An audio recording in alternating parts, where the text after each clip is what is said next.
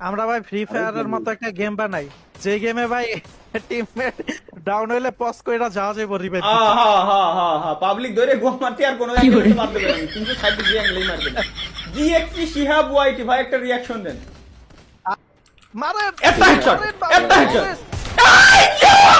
মারেন। কি কম আমি মাউস খেলানো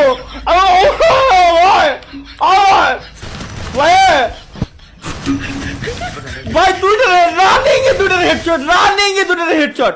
হাইপার হয়ে গেছে, আইকিটা আসবে। আয় আমি রেডি, রেডি, আয় আয় ওকে শট শট পিছি check, shot shot shot shot shot shot পিছি চেক। শট শট শট इसका शॉट